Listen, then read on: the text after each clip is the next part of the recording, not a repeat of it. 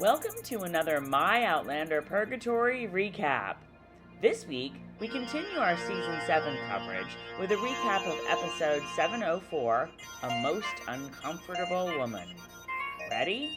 Then pour yourself a wee dram, settle in, and let's do this. Hi, everyone. Hi, everyone. I'm Tracey. I'm Carol. And we are My Outlander Purgatory. .com. How are you today, Carol? Stressed AF. How about you, Tracey? I am okay. I'm kind of relaxed, actually. Tell the fine folks out there why you are feeling stressed today. Oh, I just have a lot happening with lots of people I love, not complaining about anybody. I just have a lot going on. I have family visiting. I've had college roommates from kids' college roommates visiting who I love, had a ball, all of it. Just really, really crazy now? And busy. Yes. Had one Sunday to Tuesday, one Tuesday till today. And God bless them. My sister and brother-in-law, Jean and Bill, got here like an hour after the last roommate left.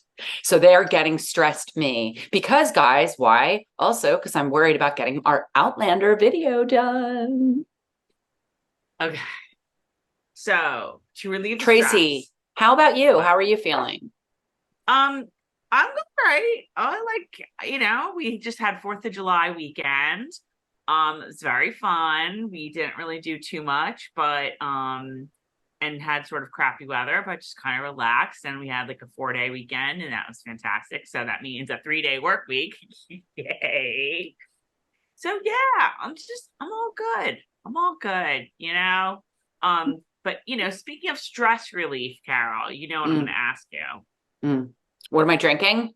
Yeah. So I'm taking a chance. I think that I've given Matua a lot of really happy, good, free advertising because, they're counting on me for their advertising. But I don't know what started to happen. But over the last month or so, I'm starting to get headaches. You guys, I want to ask you guys, like any of you who are wine connoisseurs or like in the medical field, anybody who understands this, how is it possible that I've been drinking this wine for 2 years, love it so much, but I've started getting headaches? And then I'm like, okay, are these cluster headaches that the wine is exacerbating but not causing? I don't know. If anybody has an idea, let me know. But I'm taking a chance because today's just been a day. How about you, Tracey? I decided it's a little earlier than we would normally do one of these. We're day drinking. So yeah. So rather than do my wine that I normally do, I am doing the margarita. Homemade. Here, I'll even show you the bottle that I make the margaritas in. This nice little bottle here. And I put it in the summer patio wear glass, which is not even a glass, it's plastic. So festive. You look like you're in Arizona.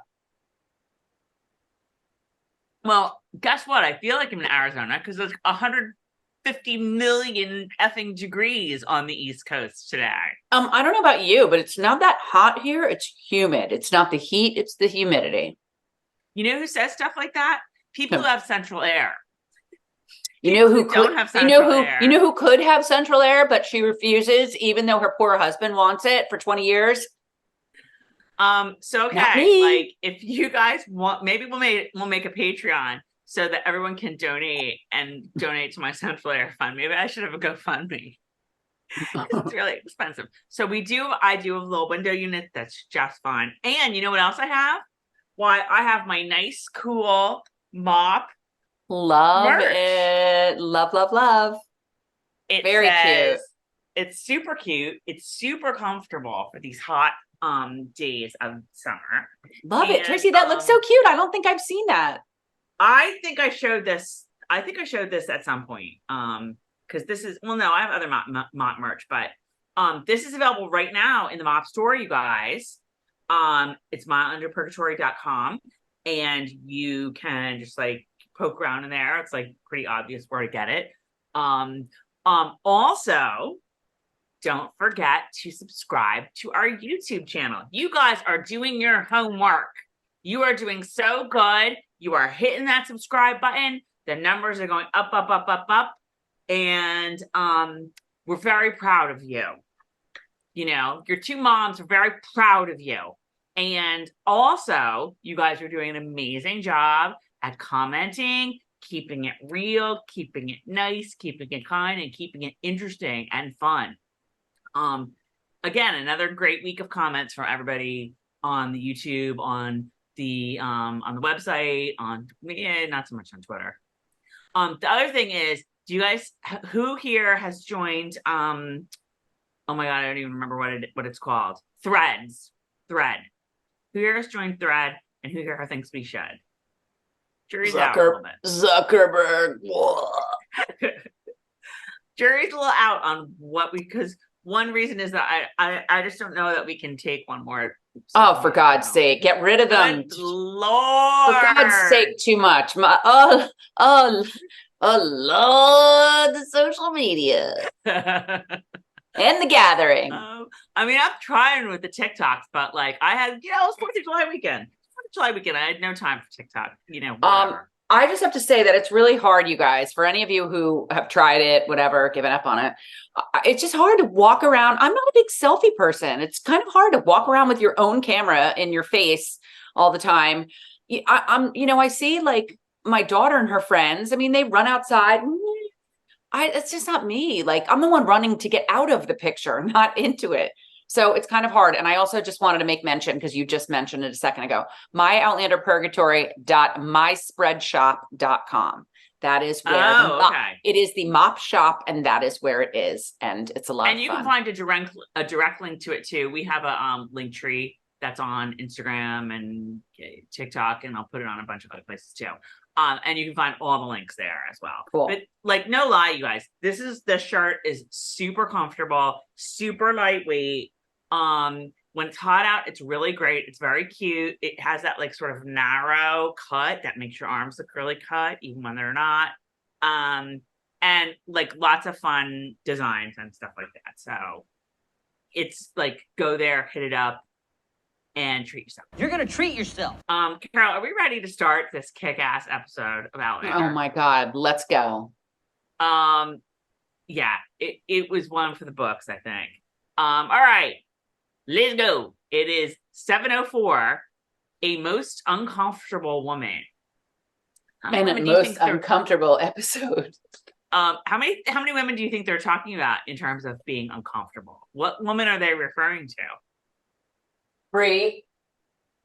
Oh, that's the one I wouldn't have said. But yes, you're right. A girl's a woman in a man's world. I'm jumping so far ahead, but go fix me my coffee, really? But 60? What is the 19? No, it's 1980. Oh yeah. Well, it's 1980. 1980s. Man's world. Though. Working girl. I don't need any coffee unless you're fixing getting some for yourself. The 80s was still go get me my coffee time frame. Well, yes. The secretarial pool. Wait, are you sure we're in the? Yes. Is it the early? Why is Bree dressed like the 70s? Roger's dressed like last week, but she's dressed like it's with the hair and with the turtleneck, and that does not look 80s. Well, I thought the hair. Turtlenecks in the 80s. I thought the hair was much more appropriate for the time frame this week than it was last week. Last week was just like, I don't know what the hell she was doing with that hair.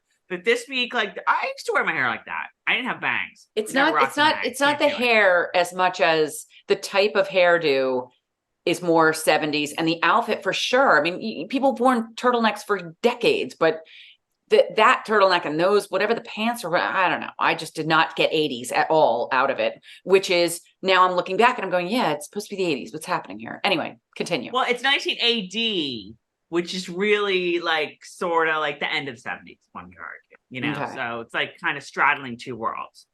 But I also thought that Miss Rachel, who we will get to, was a bit of an uncomfortable woman because she says outright, yeah, I'm pretty direct. Yeah. I don't mince words. Ian Murray Fraser, Yes. Ian, whatever your name is. Yeah. Let's just say that And 2023 is so infused in this episode. It's not even funny. It's just laughable. I just have to suspend disbelief all over the place, but whatever. Right. And of course, Claire is uncomfortable too. But Claire's allowed. She's Claire. the If it problem ain't with this Claire, if margarita, it ain't about Claire, if it's not about Claire, it ain't there. the problem with this margarita is that I put crushed ice in it, and now I'm going to be chewing the ice the whole time. The problem with this wine is that I am finishing it way too fast. Okay. Our writer is Marquet Franklin Williams, who I think is also a newbie. That name is not familiar. And the director is once again Jackie Gould. So our cold open. Lallybroch present day, looking fantastic. Oh my Let's God. just say that they power washed that puppy since we were there the week before. Heck yeah. For sure. And put a lot of flowers out. And for those of you who haven't been there, I do have to tell you that to me, the grandest thing about Lallybroch is when that first shot, go back and watch that first shot again, when you're standing, when you get out of the car and you walk up and you might talk to somebody in the little booth and you walk up and you are I'm getting chills.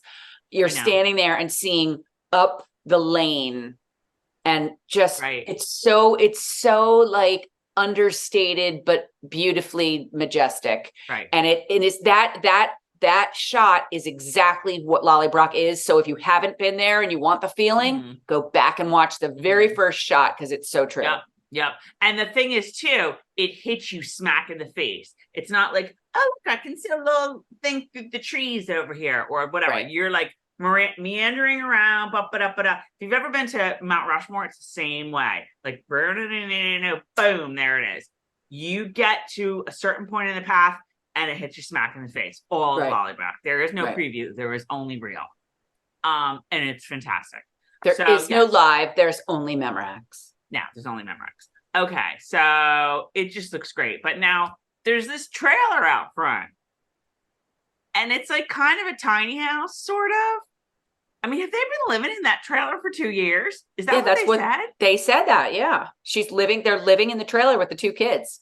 Although I kind of was like, oh, not easy to live in that. I'm like, I'm sorry. Do you know the amount of people in this world who live in a trailer, whatever? Like, okay, so. Well, but that trailer, I mean, maybe it was bigger than it looked on the outside, but on the outside, like, the tiny house that, what's his name from Turn, Washington Spies, built in real life. That he drew Louise's name in glue on his. That, like, what's his name? I don't remember. The guy who played Benjamin Talbot in Turn, Washington Spies. Watch that. There's some episode of like, make my own tiny house that he's on, and he made a tiny house. And he did a great job. And I can't believe it because back then I would have known his name inside out and backwards. And it is right on the tip of my tongue. So I will be spitting it out as soon as it comes to me. But that was a tiny. No, I'm just like, they couldn't like crash with Fiona for a little bit longer.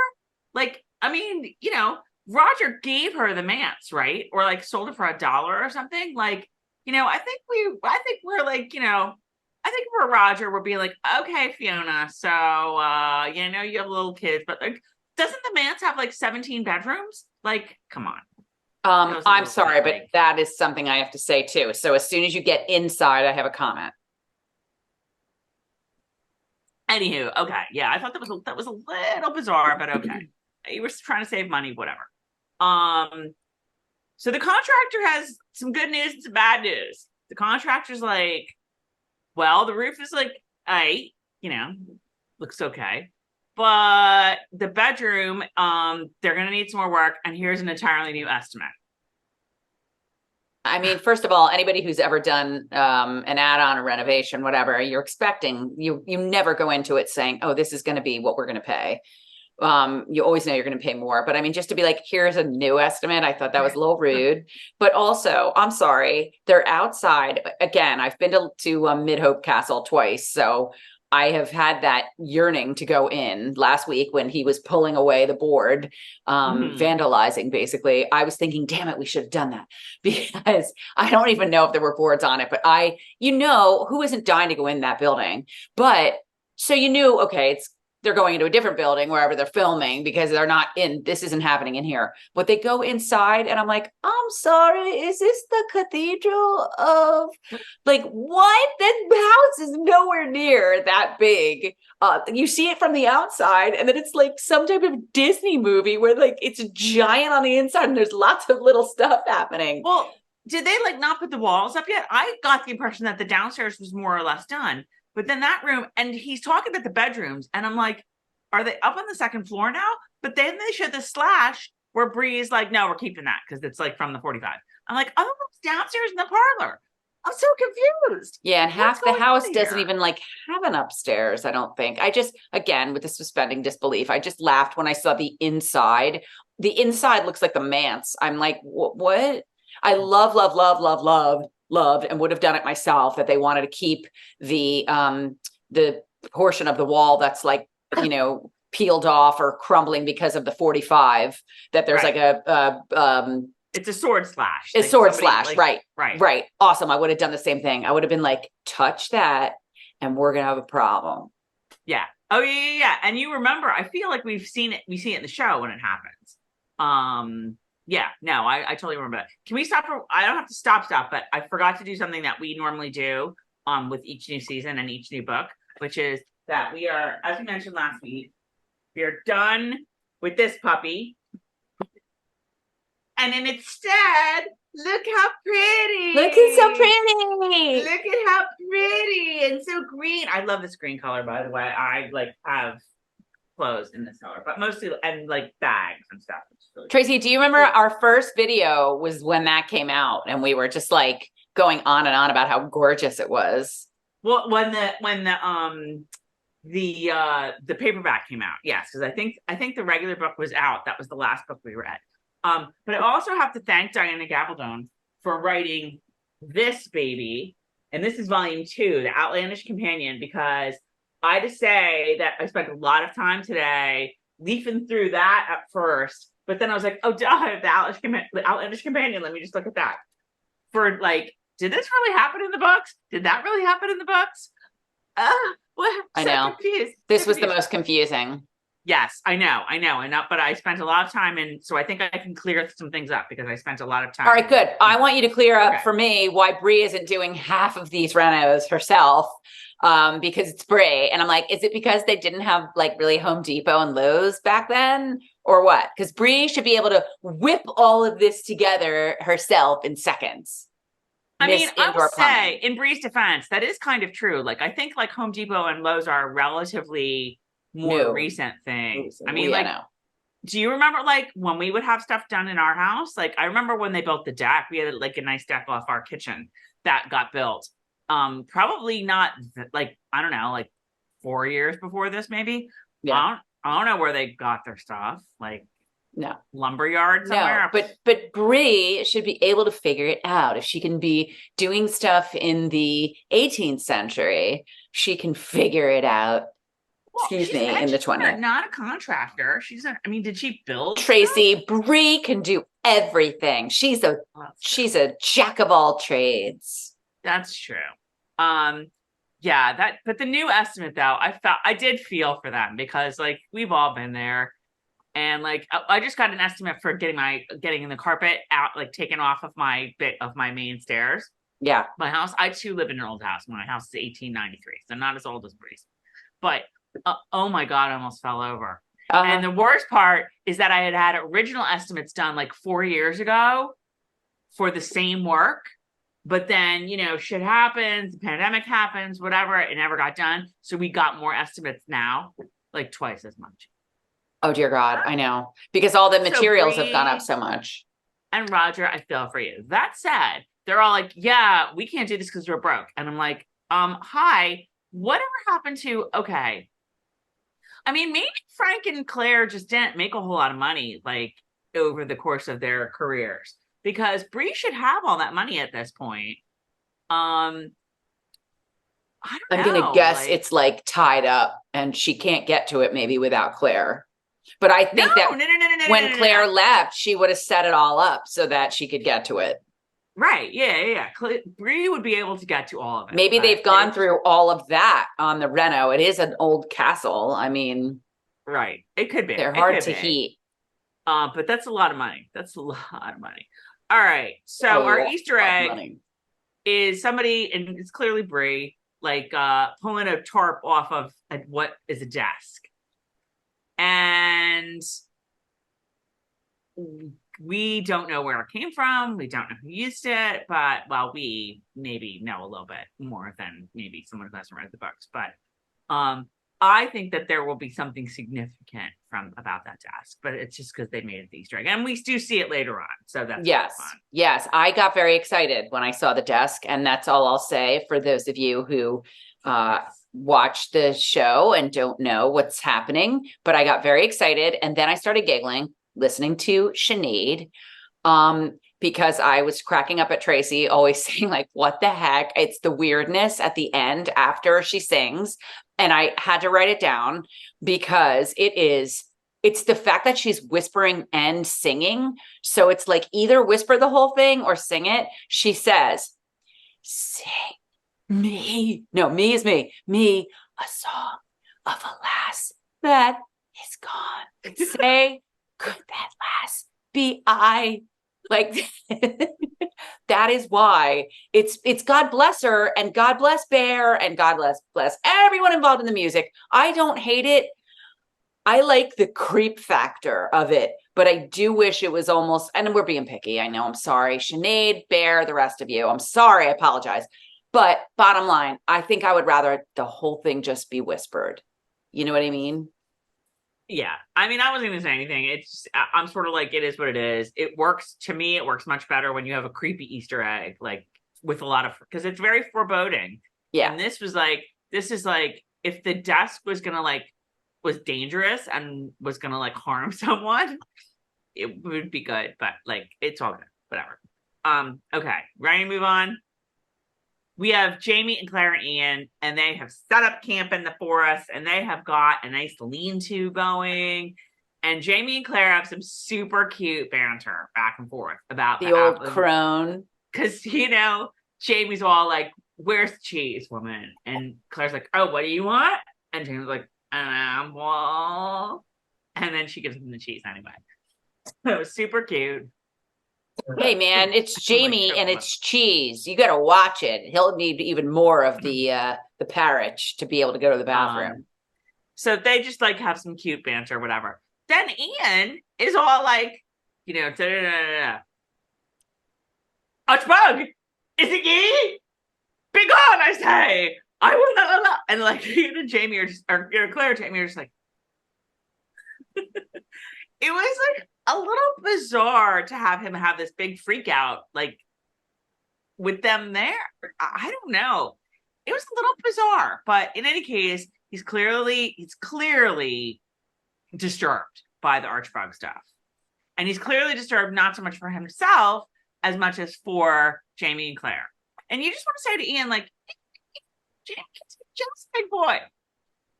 He's got your back, bro. Yeah. I had to laugh the way Jemmie and Ian are talking, and Jemmie's like, dude, chill. You must chill. Jemmie's like, dude, you're seeing it, you're hearing it yourself. This is not happening. Calm down. But I am absolutely cracking up because, you're saying, Ian is he means to kill someone I love.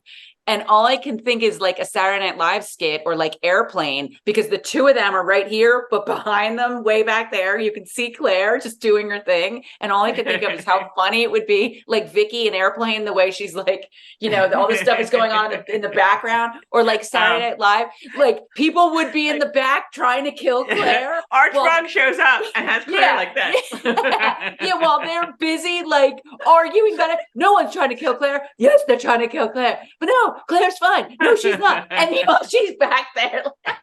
I'm sorry. I know that's silliness, but I had to say it. Oh my God. Too funny. Yeah, it was a little strange, but you got the takeaway is that this is freaking him out. This whole thing is freaking him out. Right. And it's just too weird. Right.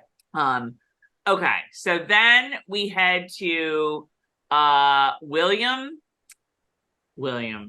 Oh, They're in North Carolina. He's with his cousin. I couldn't, like, in the book, this is one thing I checked in the book. And in the book, it's Adam, but I feel like in the show, it's Henry. I don't know. One of Hal's kids. Hal is Lord John's brother. We have met him a little bit in the show, although we haven't seen him Hal recently. so much. And Hal has a whole mess of kids. Like, this is all you need to know. Hal's a they're sarcastic son of a bitch. I just love him. He's funny. I just gotta say, I love William. TV, I hate TV. I hate Book William, and I'm 1.5 episodes in with Show William, and I adore him.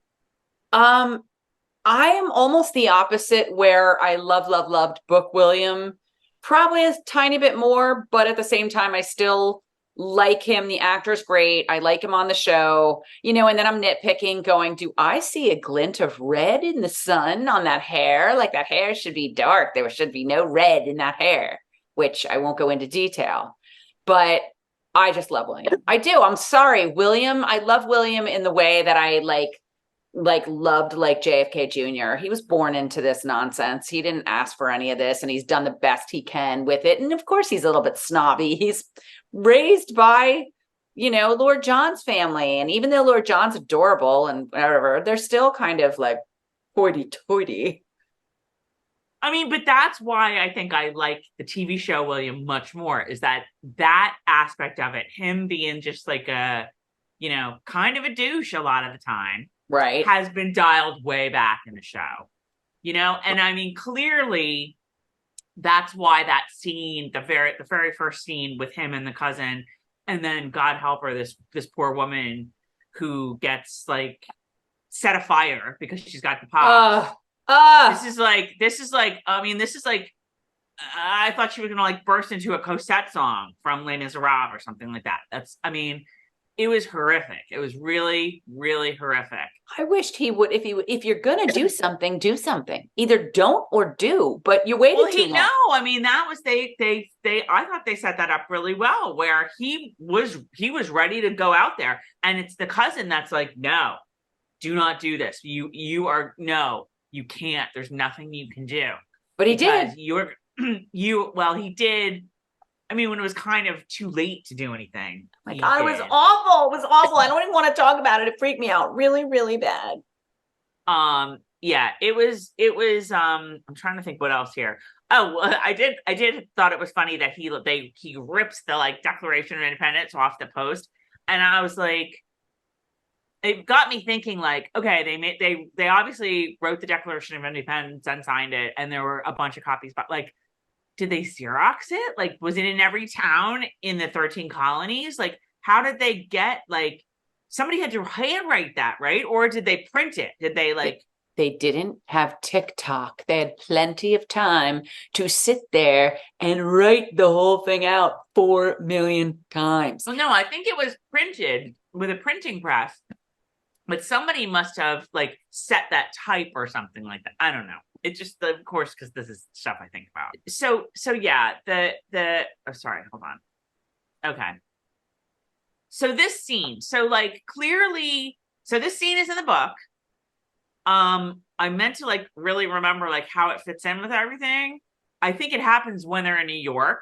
It's sort of out of context from here, but basically you can tell that the purpose of the scene is it's twofold. It's to show that William, like Jemmie, isn't afraid to go against the crowd and, and what did I write down here? He has morals. He's not afraid to go against the crowd. He's like Jemmie in that way.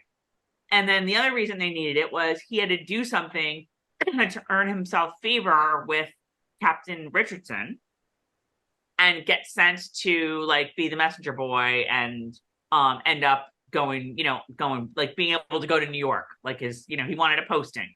So he's going to get to go to New York, which is a big reward. So he needed to do something to lead to that reward. I'm just like, did it have to be this? Because it's just like, Outlander gets a lot of flack. I'm not going to argue rightfully so, not rightfully so, but like of its treatment with women.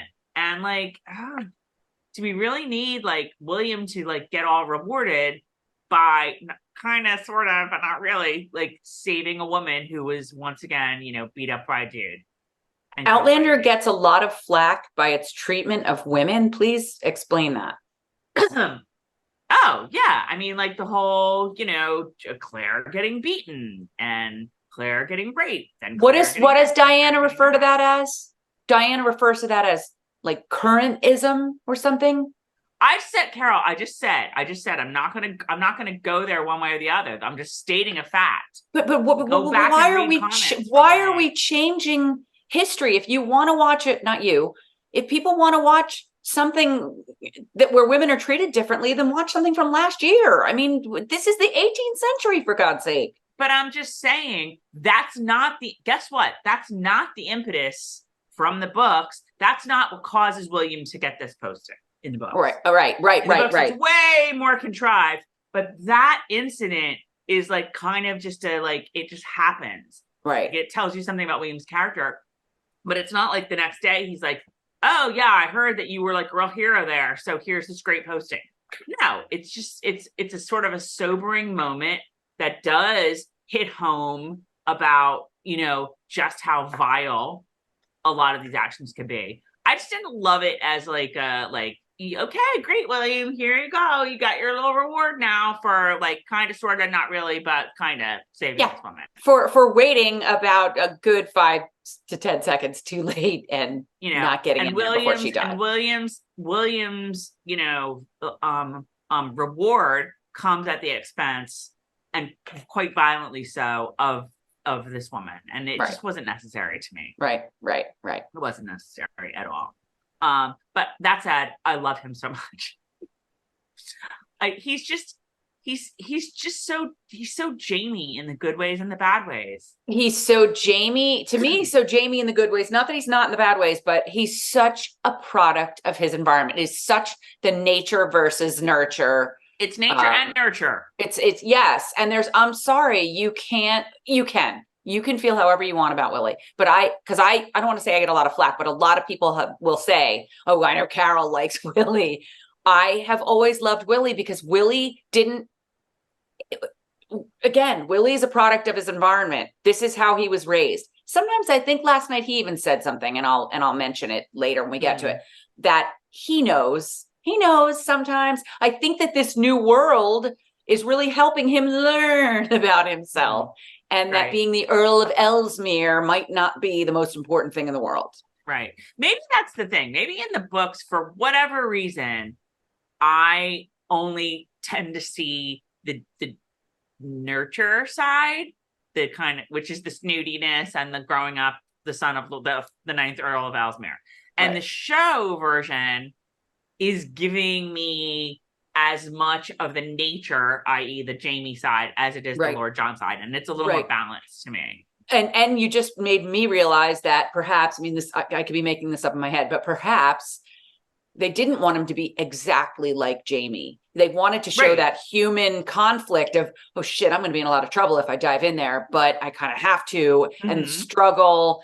And, they might have said, don't make him run right in there because we don't want him to be, Jemmie would have ran right in there, but I like it. I like it. That's from the books. That scene is 100% right from the books. And he in the books and in the show has to be physically stopped from the outset of stopping this. The cousin is like, no, you can't do this. You're going to potentially ruin your career or whatever. And that nature forces him to do it regardless.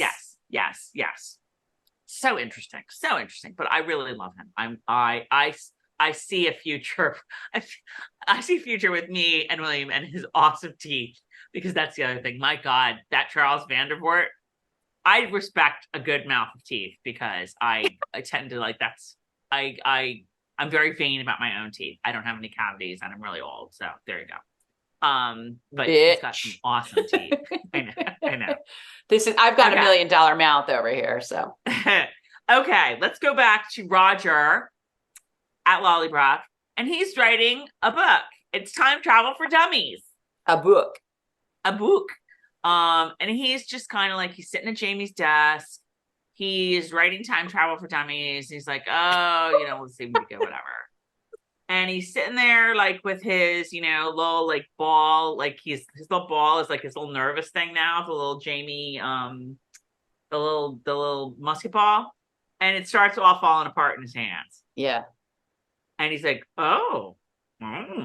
So he Right. realizes that there's some gold under there. And that's actually like then they're talking. He and Bree are talking about it, and she's like, maybe that's like a clue that like Dot and Mama left about the French gold. And I wanted to be like, okay, you guys have no money. And Jemmie was very clear that Jemmie knows where the gold is. I mean, I guess they would have to like go back to the US to get the gold. Sell the desk. But max out those credit cards. Go back to the US and get the gold. Get the gold. Okay. So Bree like goes to get the kids for school, and like there's a radio broken, and Jem's like, I didn't do it, fairy folk did. And they're all worried, The Pixies. Yeah, the Pixies is doing it. But I'll tell you what they should be worried about. The fact that Jemmie looks exactly like Stephen Bonnet. Oh my God. Oh Lord. Oh Lord. I know. I know. Was I the only one that was like, oh my God, he really looks like Stephen Bonnet? No. Did you think that at all? Yes, I also thought he looked like somebody I know who's very blonde and blue-eyed. So yes, he does. I was like, okay, yeah, you have that little birthmark thingy or whatever, but now that we're in the 80s, maybe you want to like think about a DNA test, or paternity, just to like clear it up. But yeah, I was like, oh, he's super Steve. Oh, and he's like lying. He's got the blonde hair. I didn't even put all that together. But good point. Good point. So okay. So yeah, they think that the musket ball is a clue about the Jack White gold, but they're just not sure. Whatever. So okay, then we get to William, and he's called into Captain Richardson, which may or may not be important in the future. And Captain Richardson, again, this is why this doesn't really make sense. He's impressed that William tried to help, but he's the British captain. I don't know. It was kind of a weird placement. Anyway. Yeah, we won't even go back there. Yeah. He's like, you seem to like have, you're a good guy, whatever. Like, I'm going to give you this assignment. Like, they talk about spying, and I feel like I read either in the Outlandish Companion or whatever that like spying. Well, William says it. He's like, a spy, really? Like, it's so like not, it's not like noble or what the 8th Earl of Ellesmere, an officer of the British Crown, right, is worthy of doing, whatever. Right. And he's like, well, no, we need you to be a messenger boy and take these letters that are really important and go through the Great Dismal Swamp and deliver them to these 3 guys who I shall not say their names again. And I did want to be like, well, how are you going to know which one goes to which guy? Dude, get out the invisible ink, because holy shit, I am not good with that stuff. And I was trying to take notes while all this was going down. So I'm writing out their names, and I'm like writing the first one, the third one's last name. And I'm like, what was the second one? Now, if I can't even do it, how the hell is he remembering all of these? I mean, you see later that he's like, so-and-so, so-and-so, so-and-so. Like, he does like tell himself that, but there's no addressee on each envelope. Is he supposed to give all 3 to one guy? But the best part is like, after all this, he will get rewarded by, he can go to New York and join up with, General Howe or whoever the hell, right, one of their regiments. So he's all happy. He's like, great. Back to Lallybroch. Do we have anything more from William? No, the only thing I had written down was, where did that conversation take place? Where, like, do you mean like in the captain's office, or what state? No, colonies. Not and I was state. confused about that again, because in the Outlandish Companion, right, where that really happens is in New York. That's what I was thinking. But he says New say, York. No, But they also say on the show that they're in North Carolina, but they're celebrating because cousin Gray, whichever one he is, has just been posted to New York. So he's going to New York, and William's all like, I'm so jealous. I want to go to New York too. Like, I am biting my tongue. I'm biting my tongue. Oh my God, cousin Gray. Okay. All right. I'm going to leave that one alone. Sorry about that, everyone. This is that behavior. Once things start to get known, is going to get a lot worse. I'm warning everyone. I just, that's why I was wondering. Cause then he said, and then you will go back to New York or whatever he said. And I was like, well, then where the hell are you right now? Cause I thought they were supposed to be in New York. Okay. So he's supposed to go. The plan is for William. I mean, this is like not, I mean, well, it's sort of, whatever. It's a long way. They're in North Carolina. And the plan is for William to like go on horse through the swamp, drop off the stuff in Dismal Town, which sounds like a great town. And then I thought that. I was like, New York from like North Carolina or Virginia or wherever. What the hell is Dismal Town? I know. That's like, is it like Brownsville? Like, which is the better town to live in? I don't know. Okay. So we're back to Lallybroch. Bree has an interview with a power company. And this whole scene was awesome. And Boss Bitch Bree is the best Bree. Would you agree? Oh my God. So funny. Again, I struggle a lot with this because I'm not ever going to be a fan with changing history. So I liked that she struggled in her brain, but she got up and made him his damn coffee. I liked that. I liked that she did it because you could see how that would happen and you would be sitting there like, but she had to. So she did it. Well, she's applying for a job in Scotland, which she's never done. Right. Maybe she's just like, oh, okay, well, this is really degrading and misogynistic. And it's what do we decide? It's insulting to women. But maybe that's how they do things here. Okay. But what? Maybe all interviewees have to get somebody's coffee. What? I've got to disagree. It's only like 1980. How many times do I have to say, working girl, I don't want you to get me coffee unless you're fetch me coffee unless you're getting something yourself. If this is only like 1980 on the dot, this still went on. Carol, Bree did not realize that she was applying for a secretarial position. Okay. Bree was applying for like the head inspector position. So he never expected. So that's why it was weird to her. Right. Not because she was like all pissy because it's like, I don't want to get your coffee. It's because okay, well, the head inspector in I'm not going for an assistant. I'm not going for an assistant type of job. But maybe that's how maybe anybody who applies for anything, if you're an applicant, you're expected to get the coffee. Maybe the CEO gets the secretary's coffee in Scotland. Who knows? In 1980. So she wasn't thinking. All right, I gotcha. I gotcha. Okay. I gotcha. Okay. Yeah, she was just great. I mean, I rarely type out whole lines of people on the show. Yeah. What aspects of plant inspection require a penis? Oh my God, I totally wrote that down. That, and this isn't a line, but I have go fix me a turkey pot pie, bitch.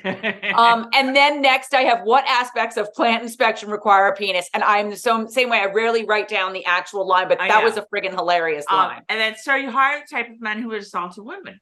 Like she says this like totally straight.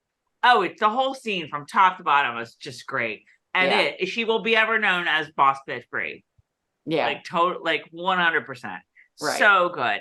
And then she basically threatened him into hiring her.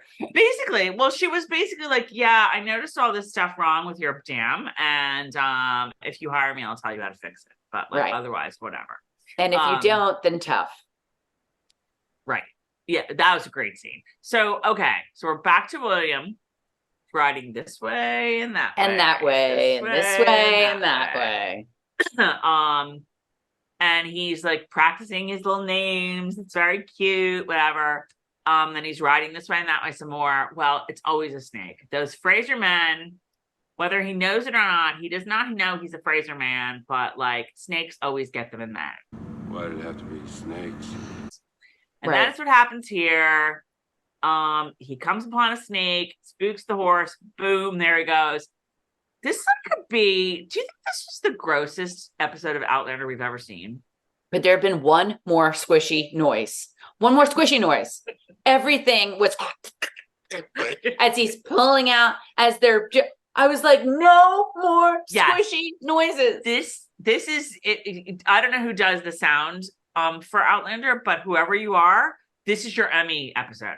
Oh dear God. Because my God, the sound, I mean, the visuals were disgusting, but the sounds were even worse. You're absolutely right. Right. But anyway, yeah, so he's now got a big tree branch sticking out of his arm. Right. I always thought, like, when you have a puncture wound like that, you're sort of supposed to leave it in, because when you take it out, then that's when all the blood and shit comes out. But I don't know, maybe not. Do you know, I sat there watching it thinking, now should he be cutting that right here and leaving it in? Yeah. I don't know. Plus it's like organic maybe. So it's like if you have a branch, like it's not gonna. People are like, oh my God, you guys think too much. You guys overthink everything. But I think about that. Sorry. Sorry. Yeah. So he has to pull. It's disgusting. He pulls it out. The horse takes off. I meant to watch it in my second video and I didn't do it. What? So he had the letters on his person, right? They didn't ride off with the horse. Yes. Okay. I had that question. Okay. This next part we're gonna have to discuss because I'm not quite sure how I feel about it. So Jemmie, they're in, I don't know where they are, New Bern, Wilmington. Hang on. But so you're past him in riding around, because I just want to make the comment that yes. I'm totally getting John Andre right now. Like, and this isn't even a spoiler of anything because it happened. I'm totally getting John Andre, like trekking around through the New York woods with the West Point map in his boot. And didn't it seem to you like so clandestine? Like he's so riding through to do what he's got to do in secret. And he's going to get that done. And the mountain lions are licking their chops while he's going around through the woods. And yeah, that's all I wanted to say about that. No, it was really good. Okay. So yeah, let's okay. So I don't know where they are. Wilmington, where they always seem. I have that written down. Where even are they? I literally have that written down. I don't know. I don't think they'd be sitting up. I think that. Can they get to Wilmington? Wherever. I still think they're in North Carolina. But anyway, so Jemmie runs into Mr. Hartnett. Now, I think we've met him before a couple seasons ago. Jemmie at one point is like, I saved your life. And I feel like this was one of those episodes where Jemmie maybe first turned, showed his rebel tendencies. Okay. Okay. So this Mr. Hartnett is like, great. You couldn't have come by at a better moment. General Schuyler needs soldiers at Fort Ticonderoga, and I'm sending everybody there. So here you go, sign up. And James was like, yeah, sorry, no, we got to go to Scotland to see about a thing. And he's like, well, yeah, you don't really have a choice, basically. I can conscript you, which means force you to go.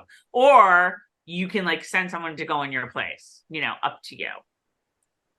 And then Jemmie's kind of like, yeah, I want to do this. I want to go.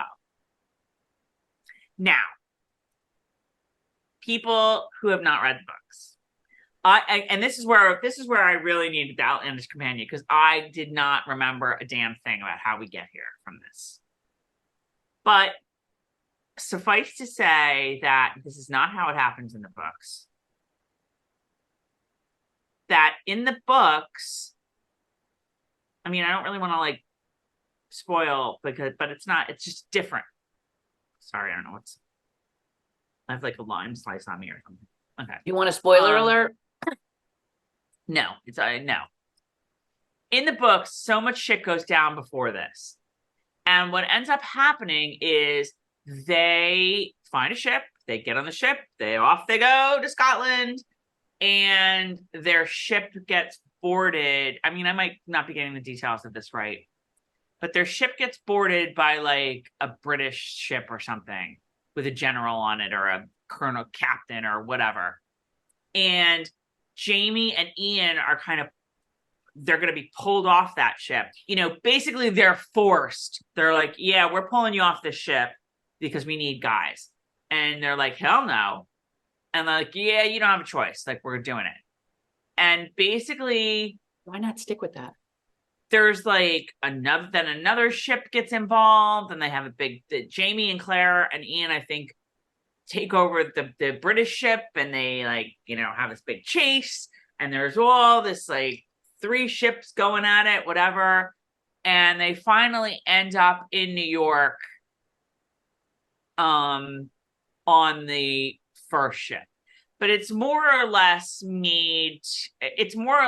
Jemmie doesn't have a choice. It's on a ship, whatever. And I was just like, so what happened to it didn't bother me the way it goes down in the show, because I really didn't remember what happened in the books. But it still was like, this is a real big change of heart from last week, where you were like, I can't face my son across the barrel of a gun. Yeah. Well, what happened to that? I'm going to tell you what happened to that. This is a clear-cut case of New York Yankee fanism. I am channeling Mop Tom right now while I'm saying this.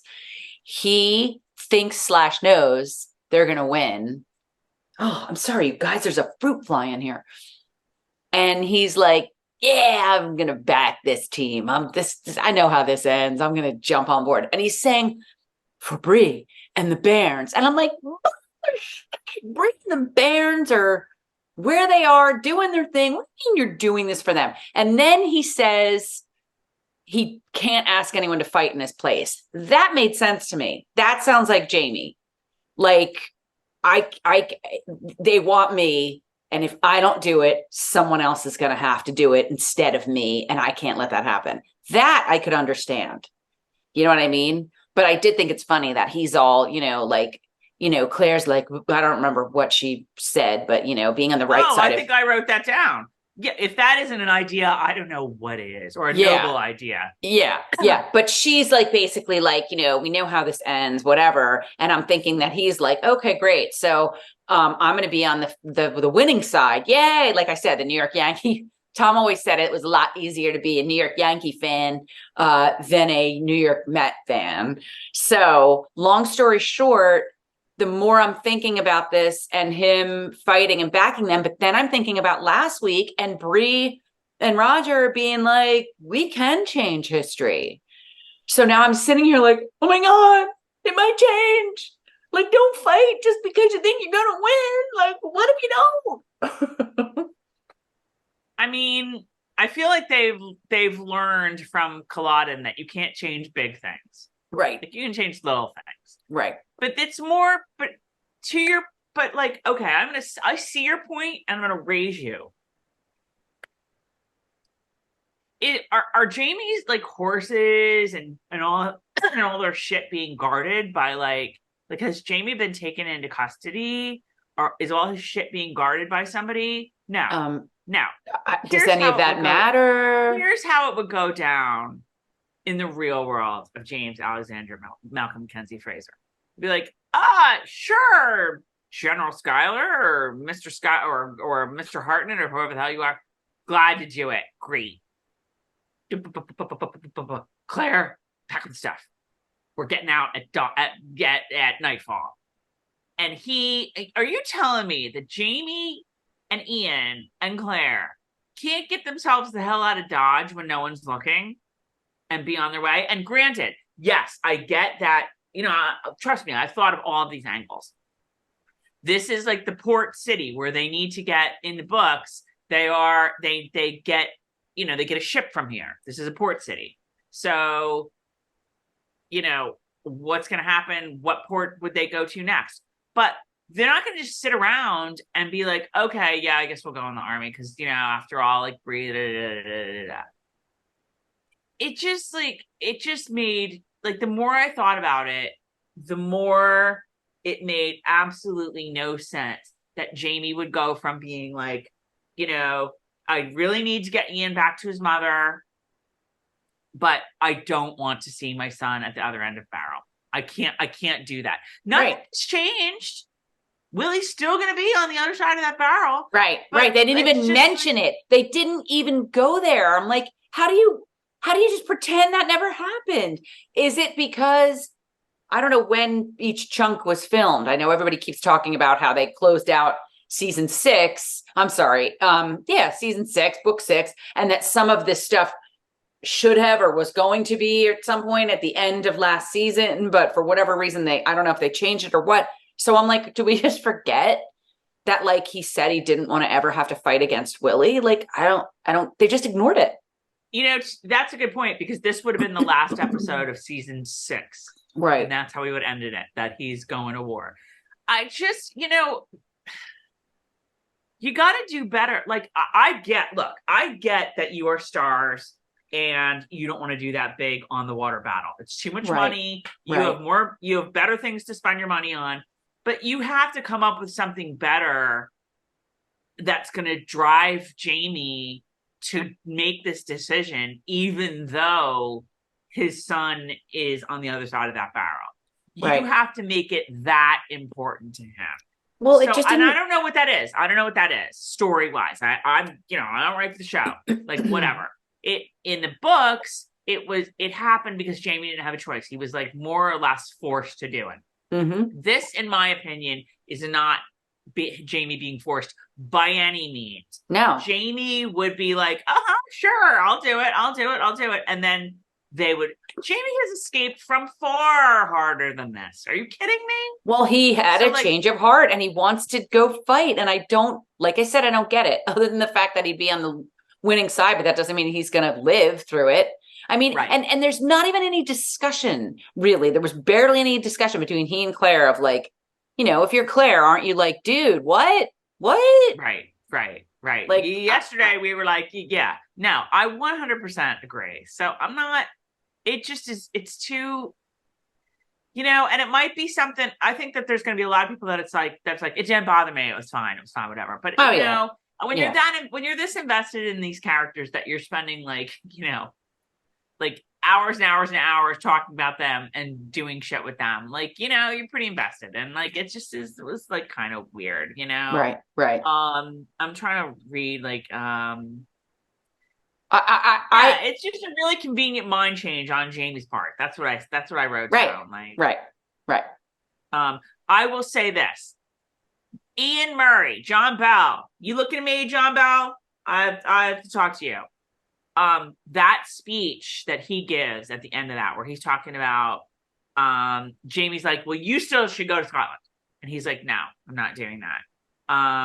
He decides he's going to he's heard that some of the Shawnee are sympathetic to the rebel cause, and he's going to try to recruit some of them. So he will go like, through, the plains or whatever. But I don't even remember what he says, but it's really, he's like, I love this country and I want to fight for it. This land. He loves this land. Yeah, he was the star of that scene.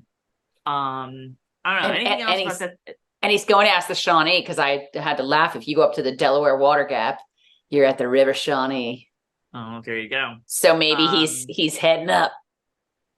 So yeah, again, I'll get over it. It's fine, but it just was not believable on Jemmie's part. That like some dumbass that's like, yeah, I'm going to conscript you. Jemmie would be like, okay, you do that. Okay. You conscript away, baby. Yeah, yeah. I don't get it. Maybe we'll get an answer at some point. Yeah. Jemmie would have gotten himself on a ship too sweet. So whatever. I don't know. And maybe there's something we're missing. Maybe he was being guarded. Maybe they did have him in custody. I don't know. Whatever. All right. I'm going to move on here. Moving on. Because Shem is in trouble because he put Mandy in the priest's hole. That was friggin' funny as shit. I'm sorry. I know. So funny. I know. And I'm sorry, but I have written in all caps, the priest hole. I was so happy to see it. I know. So cool. It's like the hidey hole. Yeah. So all this is to show that Roger is not having the best of times being Mr. Mom. Where does Bobby keep the extra diapers? And he hasn't even really started being Mr. Mom yet, because like Bree just getting home and telling them that she got the job. And I have a quick question for you. I'm sorry, because you just were there. The priest hole. I need to go back seconds back to Dragonfly and Amber. No, never mind. Never mind. What am I saying? Never mind. That was France. Never mind. Keep going. I feel like I'm sort of with you though, in that I feel like the Lallybroch priest hole is sort of important for something. No, it is. And I'm thinking about the air. That was France, where they were hiding the alcohol, but there's something went down. They hid Jemmie. I mean, they hid Jemmie when Jemmie was living in the cave. I think there were some times when they would have to hide him in there. But there was a big fat door. So I was like, all right, that don't make any sense. I don't think there was a door if they were hiding Jemmie in there. Yeah, I don't remember specifics, but I think that there was, I mean, remind us in the comments, you guys, if you remember, if there was something we're missing. Yeah, so poor Rog, you know, this is another example of poor Roger. He's very lost. You know, Bree's all like, I got this job. Like, oh, woman, hear me roar. And Roger's like, yeah, you know, I like made Mandy a sandwich today. Yeah. You know, and it was a damn good sandwich. He's just kind of lost, you know. He doesn't like, I feel like I don't feel like he says like he's kind of unsure, you know. He had a clear path in the past, but now he's just not so sure. He's not so sure, like, are things predestined? Are things, you know, is there like his faith? He's kind of struggling with his faith, and he's kind of struggling with his place in the world. Right.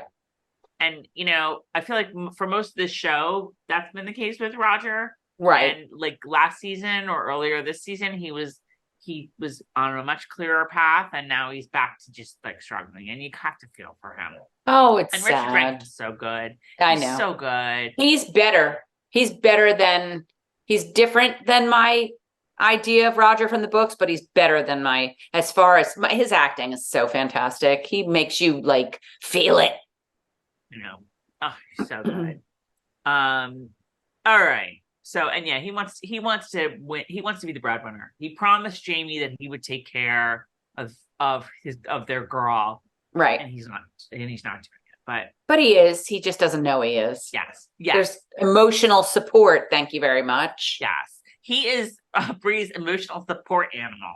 That is true. His emotional support, Roger. All right. So we're back to Willie. He's wandering around this great swamp. We have in New Jersey, there's some place called the Great Swamp.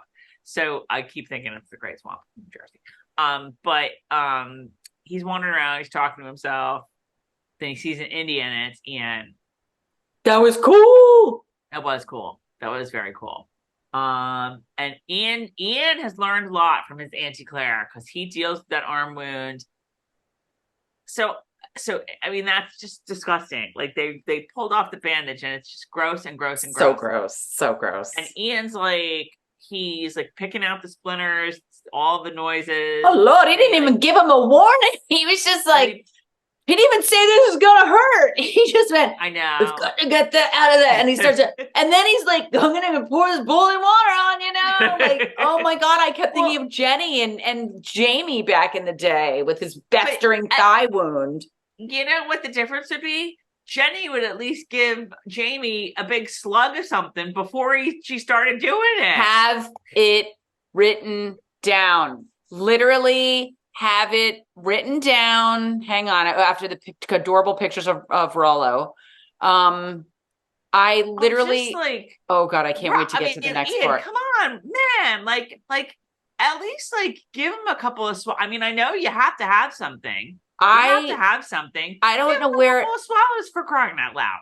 Oh, okay. It was later on. It was later on when they were taking care of it, which we'll get to. That I literally have in all caps with no alcohol. Like, I know. I was like, you know, who does this sober? Even Claire would be like, here, drink this. Right. Yeah, no, I was like, Jesus, man, you can't give him some whiskey before you start these proceedings. Geez, I'm surprised he wasn't asking for it. Okay, so anyway, they're like, he deals with the arm. He gives him something to drink eventually, but I kind of thought it was water. I didn't think it was like actual whiskey because usually whiskey's in the flask, and this is like a wineskin or that was water. And I was like, I'm sorry, Willie, did you just drink all of that? Now he's got to trek his ass all the way to the clean stream to fill it up again. But okay, so people, all right, tell us in the comments. But Ian's like, oh yeah, I have met you before when you were at the Ridge before. I thought, wasn't Ian away? Like, wasn't it like, isn't there like, because there's all sorts of comments that I've read here and there that Ian has never met Willie because Ian was not there when Willie and Lord John came to the Ridge. He meant, I don't know. Book versus show. Let's move on. I didn't think so either. But when they were little. I think he meant the show, but you can't like not have them meet in the show and then in this episode be like, oh yeah, I did meet you a little bit off camera, like when the cameras weren't filming, which I guess is what happened. I don't know, whatever. Okay. Dear God, move on because I'm chomping at the bit to discuss this next part. Well, we just want to talk about the death song. So Ian tells Willie, you have to like in the Mohawk people have their death song and. This made me love Willie so much when he's like, and again, he starts out with his like, I am William Charles, blah, blah, blah, blah, blah, blah, blah. You can't really Henry, Harry, Thomas, John. And he finally just, so it's all that like Ninth Earl of Ellesmere business. And then he's like, no, wait, that's wrong. Because he's got a fever and he's just whatever. He's like, oh, I'm William and I've done nothing. Like basically says that. And I just felt for the poor kid. Like, oh my God.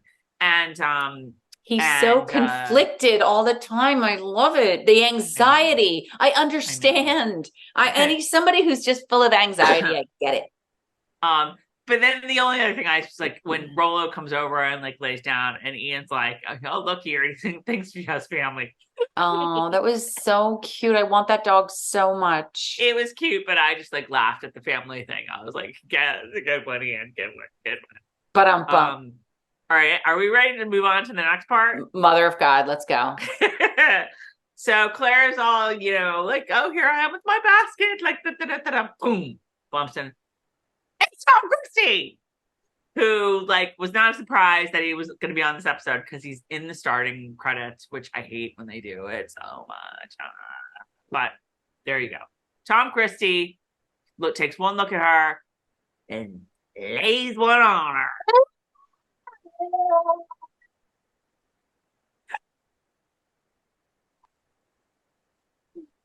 You did not see that coming because this is all straight from the book.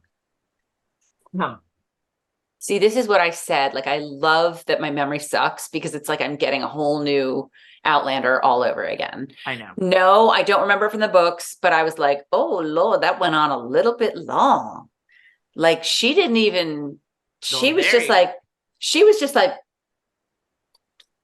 I think she was so shocked. Well, they were both shocked because they each thought the other was dead. Right, but come on, was the kiss that romantic in the book?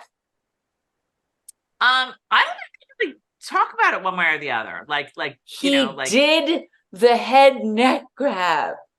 I feel like what they did in the books, if I'm recalling from like earlier in the day when I read it, is that he says, oh my God, you're alive, and then kisses her. Rather than just like bump, kiss her. Like there's no, maybe this is one. I didn't like the I love you before a couple, like last episode or the before, but maybe we need a little more like direct, like hit over the head, like you're alive and I never expected to see you before. Lay one on. I don't know. But it's very interesting that she's not like, Mr. Christie, what are you doing? Was a romantic kiss that went on for a while. She did not stop it. She did seem surprised. I still feel like I don't care that you're happy that he's alive. Like, I just feel like at some point you're going to, okay. And it just, it seemed a little strange to me. I believe I may have had ridiculous written down, but now that I'm thinking about it a little more, I'm like, all right, that might be a little harsh, but I just think that she's so taken aback. It's so out of character for him. Yes, he loves her, is in love with her. Yes, he's happy to see her. Yes, she's happy to see him alive, but I don't know. I also have another comment, but that would probably be a spoiler, so I'm not going to say it. In another, let me ask you this: in another world, in another time, in another place, could there be a Tom Christie and Claire? Yes. Didn't even hesitate. Yes. They are on an intellectual level with each other that is, I'm not going to say it's above Jemmie. I mean, Jemmie's a very schooled fellow, but it's just, they're on a level together. That's all I can say. I don't know. But yes, I think it would happen 100%. Is it out of the realm of acceptance or possibility that Tom Christie is perhaps Frank-ish? Maybe. I don't know. That's like, to your point saying intellectual, would he kind of feel like she would I don't want to say be attracted to him, because I don't think she would be attracted. I don't get the sense that she's attracted to him, like physically. Like I think she's attracted to Frank. 100%. I don't think the kiss could have gone on as long as it did if she was not. I don't think she's sitting around at night like, ooh, Tom Christie. Give me some of that. But I do think that he's not a turn off to her. I mean, I don't know. I mean, it's not spiritual. It's more of an intellectual than, like, that's probably the best word, connection. But it's, yeah. It's a very complex relationship. I don't know. It's almost like, is theological the word? Spiritual? No. There's a higher, like, Jemmie is not religious, but I don't know that I'd say spiritual. He's got a lot of what some people would consider superstitions that are his faith. You know what I mean? Kiss the cross 3 times. I do think he's religious, by the way. All this kind of stuff. Okay, he's religious. This guy is more of like a theologian. Like, there's a higher thought. Well, he's an process. Intellectual. He's almost an academic, just in a different, but where religion, academia. But where religion is concerned as well. Right. So anyway, they're very interesting. I wondered that, like, in another time, in another place, could that ever happen? Maybe. And, I just was like, Claire is rarely speechless. I think that was the best part. That, like, Claire was but that's what got me so kind of confused. Like, when have you ever seen Claire like that? Like, I was like, girl, are you liking this? What's happening right now? It was a little bizarre. Well, I mean, don't forget, she really thought he was dead. She really was like, right. And he called her honey. When? I have that written down. Maybe I misheard it. I thought he called. What did he say? Not right when they kissed. It was after that. It was after their little conversation. And also, I'm wondering, why is he alive? Well, he explained it. No. In the book, he was not alive, was he? Yes. Oh, see, I'm so friggin' confused. You guys don't even listen to me anymore because I can't remember. This whole thing went down in the books very similar to how it does here. Okay. Yes, all right. And it's exactly the same thing. I'm thinking of Alan. Possibly. And, yeah. And then, like, in the books, I think they say something, and I think he maybe says it here too. Like, Alan just,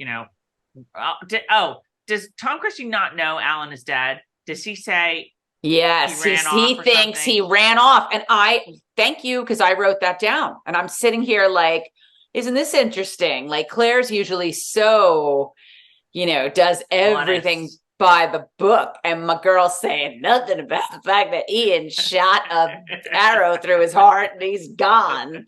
Interestingly enough, she didn't happen to mention any of that. But I also had to laugh that I felt like he's just back so soon. He just died 5 seconds ago. Well, now- you again don't forget the hair litmus. It's been a long time. Yes, it's been a long time. To me, it felt like 5 minutes later. And not only is he back, but he's giving her like the Blaine, like Pretty in Pink kiss out by the car with the hands on the neck. Greatest kiss ever. And I'll never get over my friends not telling me they were going to see Andrew McCarthy at Booktown a few months ago. I don't have a picture with Andrew. Was in our local bookstore and I didn't go.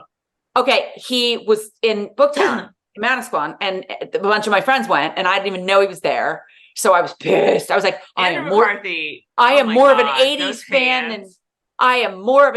than any of you. And that is, to me, my favorite movie kiss of all time. Anyway, so I felt like the movie kiss that was going on, but you're right. It's been a while and I have to suspend disbelief. But a part of me was like, geez, this would be like, Han Solo, like dropping him into being frozen and then seconds later pulling him back up. I don't know. Anyway, all right, let's keep going. I have to say, this little scene where they're in the cafe, wherever they are. Mark Lewis Jones, so good. Watch this scene again, you guys, and just watch his eyes. Yeah. He has this, like, they're brimming, but they're not spilling over. He's like in control of everything. Right. I just was like, oh my God, you are so good. He is. And he explains, and Katrina is great too, because Katrina is still like,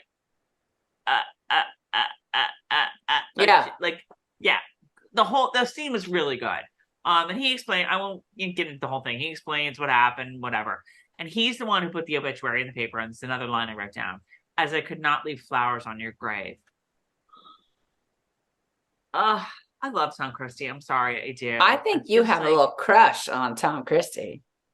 I don't know that I have a crush on Tom Christie because he'd be really annoying, but he just loves her so much. I don't think he's as annoying anymore.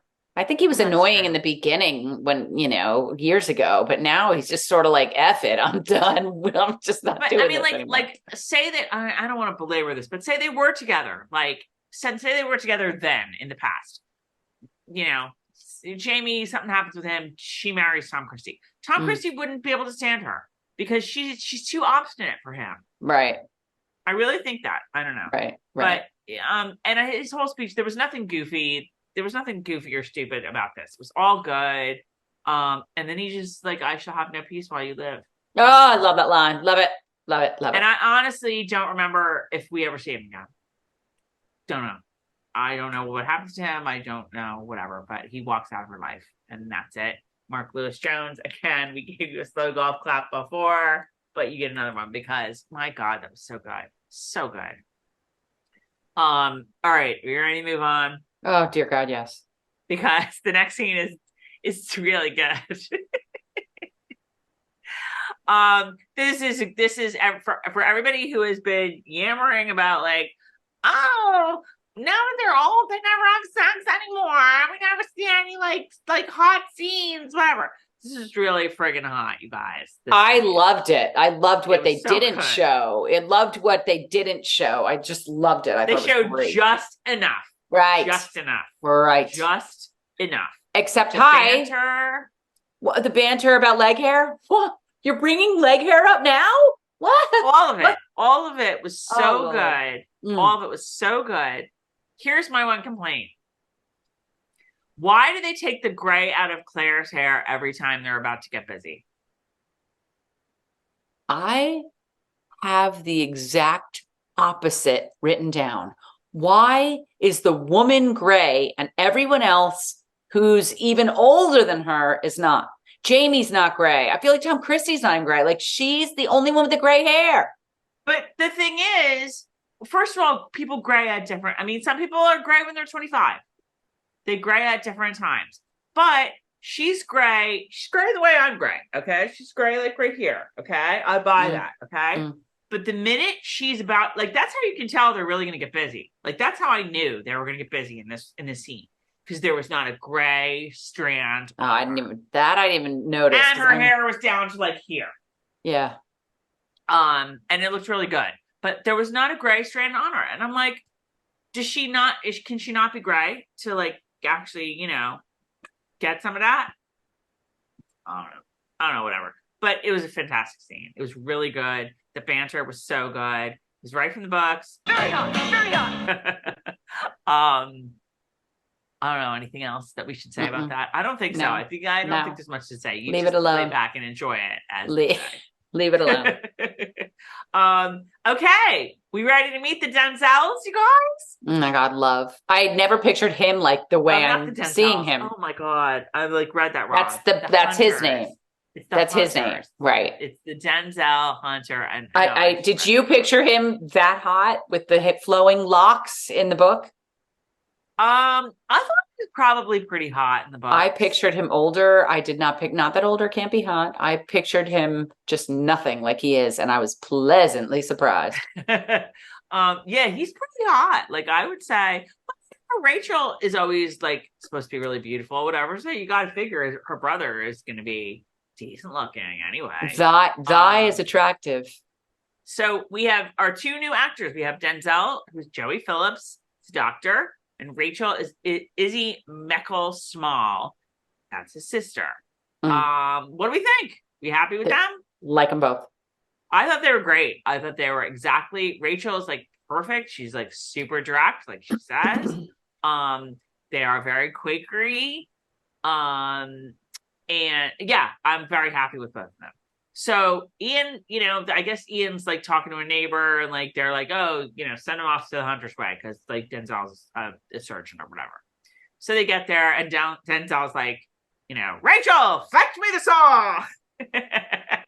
And I'm freaking out. Were you freaking out? I was freaking out a little bit because they came. I don't remember how this goes down in the book, but they came awfully close to. Oh dear God! You know, to getting that saw off. And again, once again, well, I mean, I guess they're Quakers, so there's no alcohol to be found. But once again, it's like, oh my God, insane! Can you not get this guy a little liquored up if he's going to have his limb sawed off? Absolutely insane. I just wrote again, all in caps, that wound is so gross. Like, God bless, you know, the wound people and the sound people, because so disgusting. So they're ready to amputate, and Willie's like, I'm out. No. And Ian's like, no, you have too much to do. You have a death song to write, bro. I appreciated what Willie was saying. I was like, and you better respect him. If that's his wishes, then respect his wishes. I know. But I mean, Ian was able to talk him out of it pretty quickly. So, and I also think that Willie was just at this point, like probably feverish and like not really knowing what was going on. But then, oh my God. Then they brought in Dr. Pimple Popper. Because, oh my God, holy abscess. Oh my God, it was so disgusting. It was disgusting. And I don't watch that show because it's so gross. Yes. It was so gross. Yes. But, you know, all of it came out. Denzel was like, yay, all the bad spirits are coming right out there. Yeah. We're good. Denzel's happy. Willie's not going to die, just like Carlisle. We were all thinking where it was going, and then they like Carlisle. Yes, Carlisle. No, it was like the final Twilight movie where you think Carlisle's dead, and you're like sobbing in the theater, and next thing you know, spoiler alert. Yeah. Oh God, how many years ago?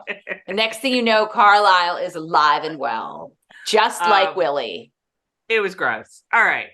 So it's the next day or the day after or whatever. And Ian is on his way. Ian's like, I'm out. I gotta like, you know, go. I got someplace to be. Of my Indian friends, recruit them to the cause and get to New York. Right. And there's a nice little goodbye scene with Rachel. Bit of a spark there, would you say?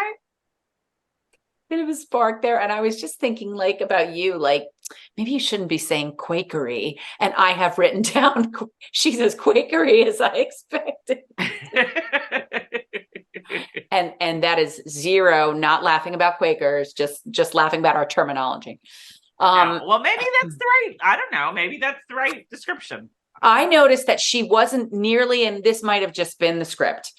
She wasn't nearly as friend, thy, thee, thine with Ian as she was a few minutes later. Well, in the show, a few minutes later with William.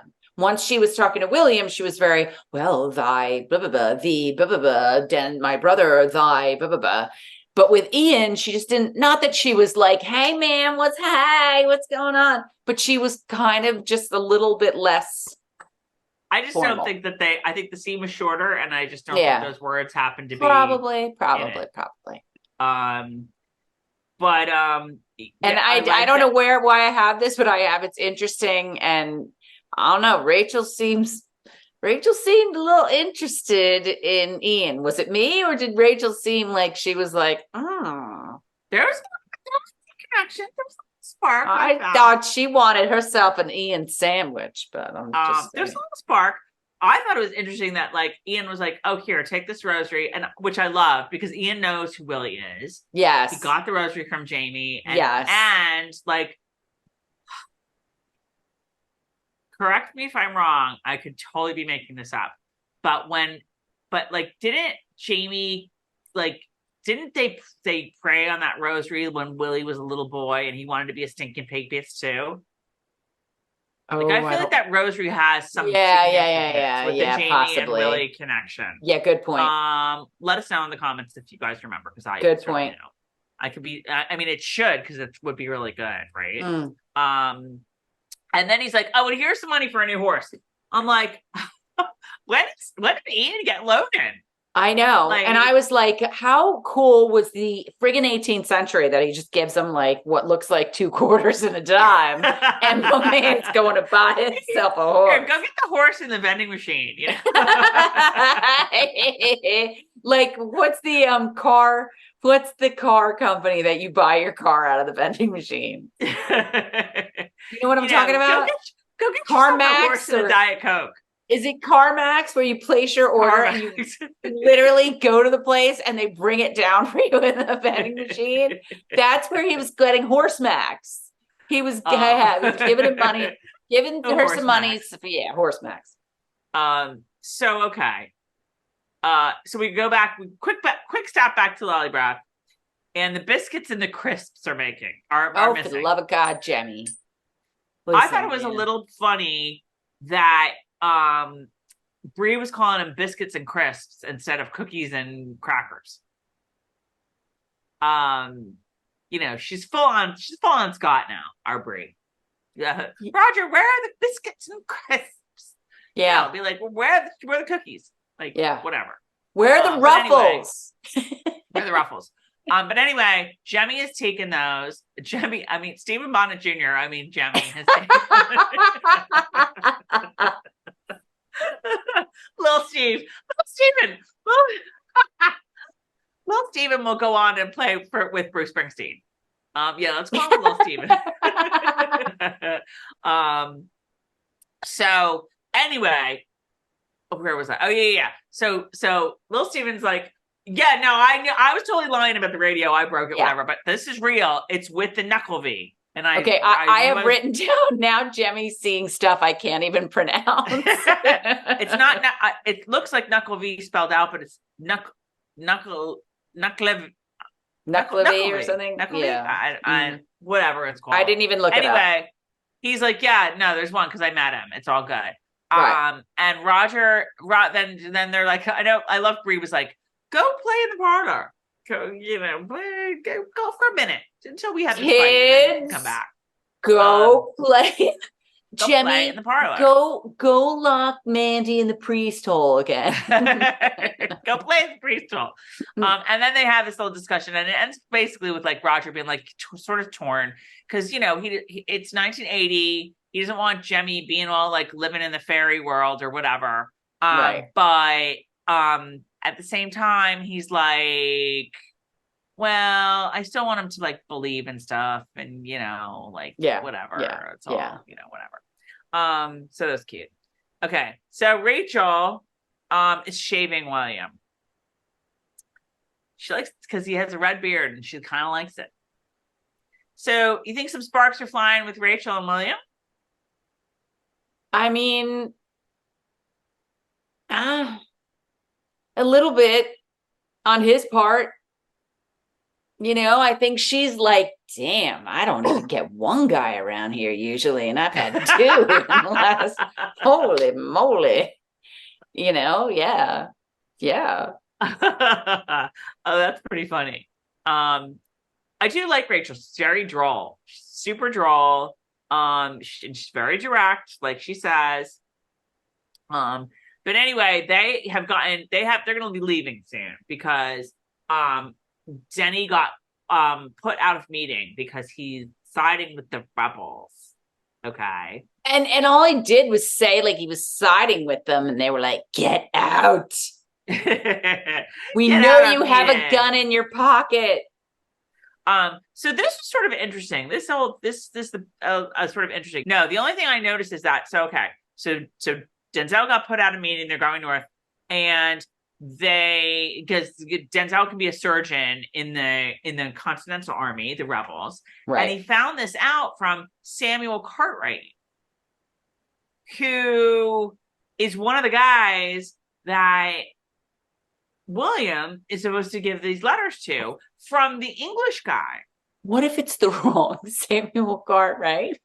No. What if like this Samuel Cartwright's just like this farmer. He's just like trying to milk his cows. Rare. I mean, I have a good friend named Cartwright with that last name is Cartwright. It's not an uncommon name. Right. And so there might be several Samuel Cartwrights. What if he's got the wrong one? So, but anyway, William's like, Samuel, did you say Samuel Cartwright? So we have to assume that he got the letters there, I guess. Right. I don't know. This put like some suspicion in my head. Again, with the John Andre in the woods. I love it. I don't know. But anyway, William is going to go with them to New York. Seth Numerick. Sorry. Oh, okay. He was Ben Talmadge in Turn Washington's House. So they're going to go, all the three of them, off they go to New York to see about fighting for different sides. But right now, it's all good. They're having a truce and it's all good. Okay. And we end with our march to Ticonderoga and we see it. And I want to know what you think, because that's what I thought. I was like, Carol is losing her shit right now. My shit is not completely lost. My shit is seconds away from being lost. I mean, I have not yet been to Ticonderoga, so I am still able to joke around and say, let the pencil making begin. But I was thinking of Shannon, our friend, you guys, if you look back through the videos from when we were reading the books, MOP Shannon, I remember her going to Ticonderoga with her family, one of these things, just not that she was like, come on, family, we're going. Like a just so I could. No, I don't think it was, she went to a different reenactment, we won't say. She went to Ticonderoga on vacation in that area summers and summers ago when she was reading the books. But part of it, she was like, I'm going to go to Ticonderoga because she was all excited after reading the books. So it was very cool. Is it sort of in the Finger Lakes area? Or yes, I believe so. I'll put it this way. I know that was sort of her vacation, was all in and around there. And so I am almost there. I have not been to Ticonderoga, so I'm not as jazzed as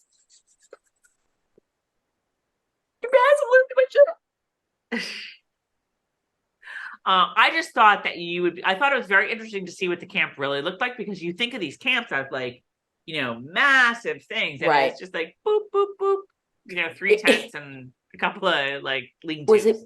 Was it me, or was it a little Game of Thronesy with all of everything marching, and all of a sudden they pan back and you see the battlements and everything, and I'm like, oh, where are the dragons? So it's a bit of a ragtag group. I'm not even sure that Jemmie had a real uniform. I kind of forget. But there we go. And that's it. And that was meant to be the season 6 finale. Right. And one of the things I absolutely loved was the way they infused the original Dance of the Druids theme into the march with them marching along. Really cool, Bear. Really cool. Yeah, really cool, Bear. You go. I mean, just that's it. Yeah. That's it. Like I'm that's trying it. to think that's all she wrote. That's it. That's the last of it. I thought this was a great episode.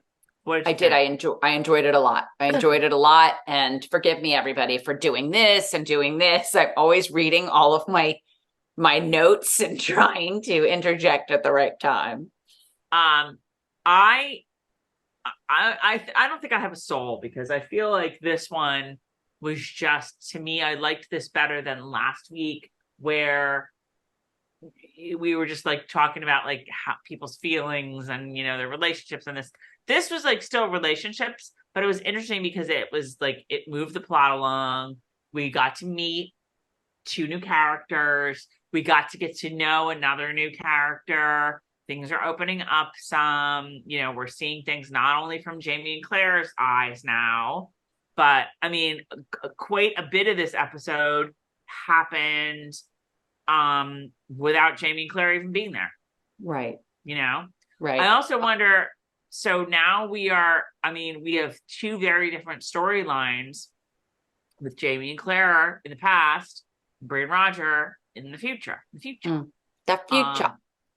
What do you think? Like, I mean, is this the rest of the show? Like, do you like having these 2 separate storylines, or do you prefer when the streams are crossed? I like the 2 separate storylines. I think it's fun. I am not always a fan of that, going back and forth from modern day to, you know, the past, but because sometimes things get confusing. This isn't, they're doing it beautifully. This isn't confusing at all. And I also like the way they, not evolve, what's the word I'm looking for? They segue from old, well, not Lallybroch, because they're not in Lallybroch, but there's certain things they do that they might be discussing something, and then they segue to Bree and Roger. So, you know, I love Echo and the Bone. Love, love, love Echo and the Bone. So I am so jazzed right now. It's not even funny and written in my own heart's blood. I am, you guys, I will explain why I'm this jazzed eventually. It's coming. It's coming. Carol likes the Revolutionary War stuff. Like, and she likes when it happens up north, basically. My first ever field trip in life was the first grade to the Valley Forge Park. Yeah. So. Right. I see. This is where I need to start looking up history stuff, because now I know, and I'm saying that based on what happens in the books, Valley Forge has not happened yet. This is Ticonderoga. Right. We're into the back half of 1776 because the Declaration is already up there. Right. I guess it's 1776. So I was going to say like early. Yeah, because 1776 to 7 is when Valley Forge happens, right? Or is it 77 to 78? I believe it's the winter of 77, and don't quote me, but some of the things that went on in my town went on in April of 78. So I would say the winter of 77. All right. We ready to sign off here? Because I think we're just about done. Your reminder, your homework, to make sure you are following us on YouTube. Like and subscribe, please. Follow us on TikTok. I want to get to 100 followers, and we're like got 70 something, I think. We have to put more videos out for that. I know. Thank you, you guys. These comments are so good. The discussion is so good. I get these notifications. They come in. Like I said before, we read everything. We can't always respond right away because life happens. But oh my God, just keep them coming, please. Yeah, they're great. They're fantastic. It helps the channel grow. Yes. And we are at myoutlanderpurgatory.com. We're on Facebook. We're on Instagram. We're on Twitter. But we love you guys. Have a great week, and we will see you next week. Bye.